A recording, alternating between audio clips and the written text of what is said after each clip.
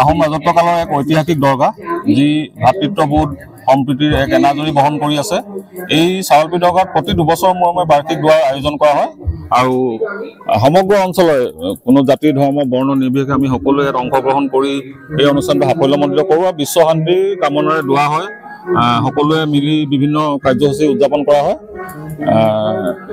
আৰু বিভিন্ন ঠাইৰ মানুহ সেইদিনাখন সমাগম হয়। ইয়াত বিশিষ্ট ব্যক্তিসকলকো আমন্ত্ৰণ জনোৱা হয়, জিকিৰ জাৰি পৰিৱেশন কৰা হয় আৰু এক খুব সুন্দৰ পৰিৱেশ ইয়াত বিৰাজ কৰে। এনেই সহস্ৰাধিক হৈছে আৰু আহিছে, মানুহ গৈছে, মানুহ প্ৰাতঃ দোৱা হৈ গ'ল, দোৱাৰ পিছতো বহুত মানুহ গ'ল। আকৌ আমাৰ প্ৰায় আবেলি এটা দোৱা হ'ব, তাৰ কাৰণে বহুত মানুহ আহিব আৰু অসমৰ বিশিষ্ট কেইবাজনো ব্যক্তি আহিছে, জিকিৰ জাৰি গৱেষক আহিছে, বুৰঞ্জীবিদ আহিছে, নবীন বুঢ়াগোহাঁই, আমাৰ সদৌ অসম ছাত্ৰ সন্থাৰ সমীৰণ ফুকনকে আদি কৰি অনুপ পাটকাই, আমাৰ ইউটিউবাৰ সময় গগৈ সকলোখিনি অংশগ্ৰহণ কৰিছে, কৰি অনুষ্ঠানটো হস্ত বৃদ্ধি কৰিছে তেখেতলোকে।